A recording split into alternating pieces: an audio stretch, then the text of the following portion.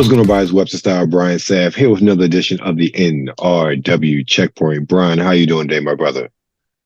Doing okay. How about yourself? I'm doing good. Let's jump into the games. We got a pretty good list today. First up is a reimagining of a classic. And if you've been watching, we did a Game Bites one a couple weeks ago, so check that out. Our first impressions of Contra Operation Galuga is on everything. It's no even reason to go through everything. It's on everything. A new entry in the legendary Contra series is here. Contra Operation Galuga is a thorough reimagining of the classic run and gun action game from the 80s, featuring modern graphics and sound, new stages, new enemies and bosses, new play mechanics, and updated weapon system, which is really cool, by the way, and explosive co-op combat for 2 players in story mode or 4 players in arcade mode. Now, I will tell you, I don't know about you, Brian. Anytime I see the game is done by Way Forward, I already know it's going to be good. You know, it's sort of 2D retro sort of style. They have really carved out a really good niche for doing those sort of games, and they've really made some classics over the years. Like Way Forward, they did the Shantae series of games. What was that? Mummy, was it Imagine, whatever it's called? That was a tie-in to the Mummy movie a couple years ago that people was like, oh, this is a really amazing sort of Castlevania and the Metroidvania game. They've done some really good sort of retro 2D-ish styles games, and just playing this one in the demo. And if you're on the fence about getting it, the demo's out. It's been out for about 2 weeks now. Okay. It is a fun homage to the original. I'm wondering if in the main game you maybe have like it's snuck in a Contra code or something like that. You would think it'd be in there in some way, shape, or form, since it's a reimagining of the original game. But yeah, I'm excited to pick this one up after playing a demo, and it's Contra, and it's considering the last Contra game we got was some absolute hot garbage. Yeah, and I own the Contra collection as well, so it's really cool as well, because even just with the demo I played in the UK, Contra wasn't Contra. Contra was Protector by, so they swapped out Billy and Lance with these robots. Okay. So they're in the game is such an homage to the whole history of the series. So it's really cool. So if you're a Contra fan, I definitely recommend you checking it out. Okay. I might I've always heard of Contra. I just never got into the series. I might check this out. What? Yeah, I don't know. Something about it. I missed out. Yeah, you gotta try it. Look, always, if you can, go back to the 8-bit Nintendo version if you can, in that Konami code. And it's just someone said, I heard someone talk about it earlier. It said that it may not have originated the run and gun, but it certainly perfected it and made it popular. Okay. So I definitely agree with that system. Yeah, definitely check that out. All right. Next up, we have Melatonin on the PS5. Melatonin is a rhythm game that about dreams and really merging together. Or excuse me, reality. I can't read. Reality merging together. It uses animations and sound cues to keep you on beat without any intimidation, overlays, or interfaces. Harmonized through a variety of dream levels containing surprising challenges, hand-drawn art, and vibrant music. This is actually a game that dropped on PC back in 2022. Okay, and we are now watching trailers for that. All of our trailers are, I would say, maybe not Outcast, but definitely Star Wars and Contra are definitely ones that are fan favorites. Next up, we have Passing By, a Tailwind journey on a Switch and PC. Set in a beautiful and whimsical world of floating isles and a never-ceasing west wind, Passing By, a Tailwind journey allows you to embark on a memorable voyage as Curly, a young balloonist, who is tasked with delivering a mysterious letter. In this innovative genre hybrid of 2D puzzle platforming, survival game, and adventure, you'll explore the world at your own leisure, traveling from island to island by balloon ship and solving various puzzles, while having to manage your resources in order to survive. An exciting adventure full of wholesome encounters and meaningful experiences await you. Now, we're not watching the trailer, but I did check out the trailer for this one. This looked pretty cool. This was actually, no, this isn't the game out there. There was another game that came out that I erased because it was a mobile game first and wasn't that great looking. So I'm like, yeah, we're not talking about it. But this is not the one. But this is actually looks like an interesting game. But I'll say this much though. I'm not really keen on managing resources to survive in games. I think that's why I stopped playing Power World after like 20 minutes. I'm like, this ain't for me. I'm not doing this. I don't want to play a game where I have to survive. No, that's not me. I just want to play and have some fun. I wasn't worried about whether I'm going to live or die. It's the same with that Conan game as well. I got in there thinking like, oh, we're going to play Conan. No, I'm naked in the middle of the woods in a loincloth and I got to find clothes and food. I'm like, no, man, no. So when I hear resource gathering to survive, that's an instant turn off for me. Okay. I like games like that. So this might be more of my speed. Okay. All right. I'll definitely check it out. I think it might be your speed based on what I've seen. Mm-hmm. Next off, we have Llamasoft, the story of Jeff Minter. Grid Runner, Revenge of the Mutant Camels, Tempest 2000, Llamatron. In the British gaming universe in the 1980s and 90s, nobody made games like Jeff Minter. Now, in a new interactive documentary from Digital Eclipse, you can play the history of one of the weirdest, wildest game developers to ever exist. A man who loves shooters and sheep, lasers, and llamas. Okay. It looks pretty psychedelic from what I saw researching this.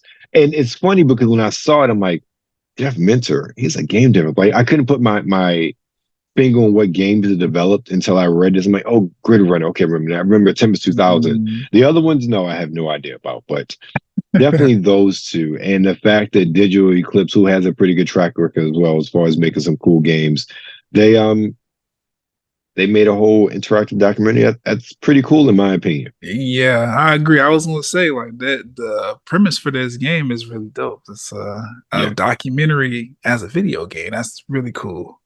Right, and that's on PC. I didn't say which platform that was on, but that's on PC. Next up, we have Cartel Tycoon on the PS5 and Xbox Series systems. Cartel Tycoon is a survival business sim inspired by the 80s and 90s narco trade. Expand and conquer, fight off rival gangs and evade the authorities. Earn people's loyalty and strive to overcome the doomed fate of a power-hungry drug lord. Basically, you get to play Scarface. Yay. Yeah, I'm actually kind of interested in this game. I saw a trailer for it, and it feels like Civilization, but drugs. You're selling drugs, yeah. Yes. It's just like that. It's you building your whole territory, and you run up against other street bosses and all this other stuff. Like, it looked pretty cool. I might check it out. All right. Well, Brian, remember the number one series, man. Okay, remember the number one rule of the 12 crack commandments: never get high on your own supply. Exactly. Okay. I'll never forget that. All right. Next up, we have Highwater. It's on everything. I mean, there's no point. It's on everything. If you have a game system that came out in the last 13 years or so, is it 13? 11 years, it plays it. Yeah, okay. Highwater is a whimsical 3D adventure game with an isometric turn-based puzzle combat system set in a flooded post-apocalyptic world. Navigate by boat, discover islands, find new allies to help battle foes, and experience a humorous tale. It is humongous as well, about friendship in this melancholic and atmospheric escape. Okay. Next up is a games that a lot of people have been clamoring for, especially with the lackluster, in many respects, reception of the modern iterations of these games. We're talking about Battlefront, y'all. Star Wars Battlefront Classic Collection on PS4, 5, Xbox is on everything. Play the classic Star Wars Battlefront games online and offline in its complete classic collection. The collection includes Star Wars Battlefront Classic. It includes the Jabba's Palace map, and then Battlefront 2 includes maps Bespin, Cloud City, Renvar, Harbor Ren, and Renvar Citadel, and Yavin Fort area, and also includes the heroes Ashki Ventus and Kit Fisto. I always love Kit Fisto's name. I don't know why. And last but not least, we have Outcast, A New Beginning. It's on the PS5, Xbox Series systems, and PC. 20 years after the award-winning action arcade hit, Outcast pioneered the genre of non-linear open-world games. The long-awaited sequel series sees Cutter Shade return to the spectacular alien world of Adelpha. Resurrected by the mighty Yords, he has returned to find the Talons enslaved, the world stripped of its natural resources, and his own past intertwining with the invading robot forces. It's up to him to go on a mission and save the planet again. Now, Brian, have you even heard of the original Outcast? I don't recall. Me either. And 20 years ago, that would place it on PS3, Xbox 360 era games, if it was console. It's really that? It's been out 20 years. No, that would be PS2, Xbox era. Yeah, 20 years ago, that'd be 2004. I've never heard of Outcast. It sounds... Me either. I gotta look that up. Outcast, yeah. Are we watching the trailer? Because yes, we are watching the trailer. Let's bring it up, producer. Yeah, let's watch the trailer for Outcast: A New Beginning. Does it sound familiar? We've got 60 seconds. Yeah, it does, but I can't place it. Wonder of Outcast: A New Beginning, and we've just wasted 3 of those on an introduction. Let's crack on. Many sci-fi games offer a grim, dark perspective on the future, but Outcast is different. It shows us a bright, invigorating open world full of breathtaking possibilities. You take control of Cutter Slade, a wry, capable ex-Navy SEAL who finds himself resurrected by all-powerful beings known as Yods. He awakens to find the world of Adelpha in turmoil. The planet has been stripped of its natural resources and its inhabitants. You have to look up the original game. Robot force. It's a dense, otherworldly experience. This look cool though. Fascinating flora it does. And fauna, dangerous creatures, ancient civilizations, and captivating scenery. And of course, there's the breathless combat, in which you take on relentless robot hordes with a variety of blistering weaponry. That's not lost on me that these. Less so. Outcast: A New Beginning. This map looks like 5 on the 15th like of March, Apex. 2024. Maybe that's where they got the inspiration from. That map looked just like the Apex Legends map, one of them anyway. Yeah. Interesting. All right, next up, let's go into the baby that George Lucas created with Star Wars Battlefront Classic Collection. Your simulation days are over, Trooper. This is a real battle.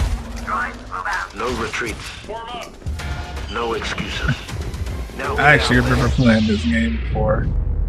Fight your way across the Star Wars galaxy in the classic Battlefront games with massive 64-player online battles.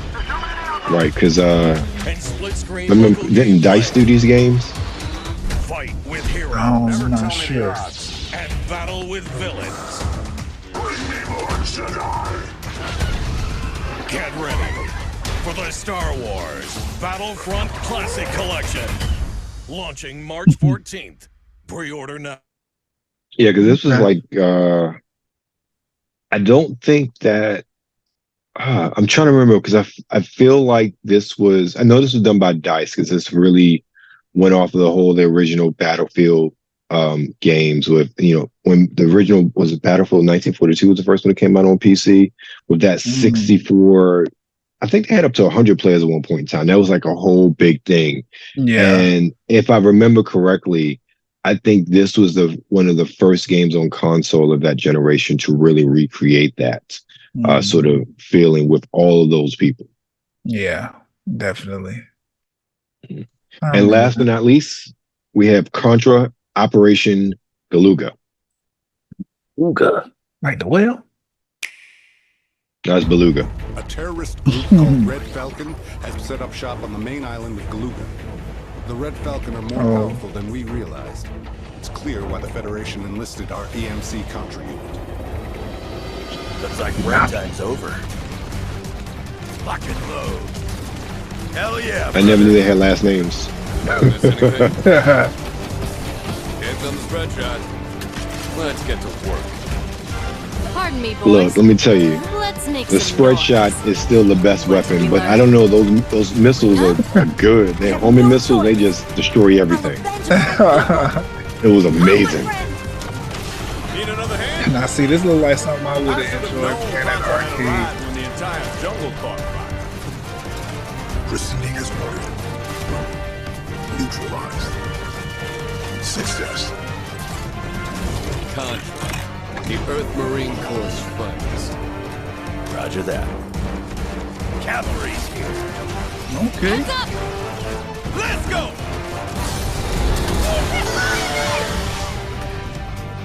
Contra, Operation Galuga. So this is the sequel of the original Contra? It's a reimagining of the original. Then they add, from what I've seen in some of the other reviews, they've added bits and pieces from the other games. But let me tell you, man. So playing through the demo, you get to the end of the demo. It's very much like the boss is like the boss from the first level of the first game.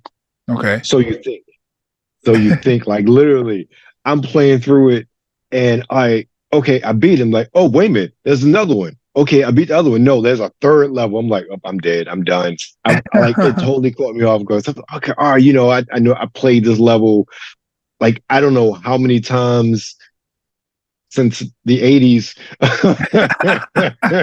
And I was like, okay, I know how to do this up, down, up, down, because it's a little bit different, but like I didn't expect there to be 2 additional layers to this. I'm like, oh, I would have been a bit more strategic in what I was doing. Yeah. This for y'all who studied the game and figured out the little combinations. They had to add an extra layer of challenge there. Man, I got Contra. Let me tell you. Contra is one of those games that it's on my NES Classic. When I was playing Nintendo games on my phone like that, I acquired a ROM of Contra from the internet, and I always had that with me on my phone as well. And then we talk about going back all the way back to when I used to carry a pocket PC. So this is like 2000, little PDA.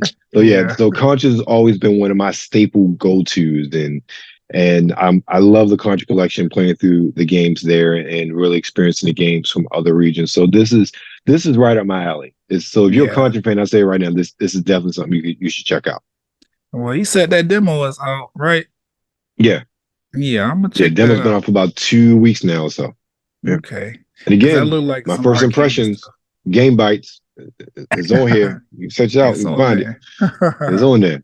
So, Brian, what's going on with you this week, man? I know you're busy planning to travel and whatnot. Yeah, I am preparing to put out an episode of the Talk+Play Blerd Pod. I'm on the 3rd season of X-Men, so I should finish the last 2. Yeah. I forget how good the song, the little intro was. But and I don't know. I'm enjoying like dissecting it as an adult, now that I can like understand all the nuances from a child's perspective and an adult's perspective.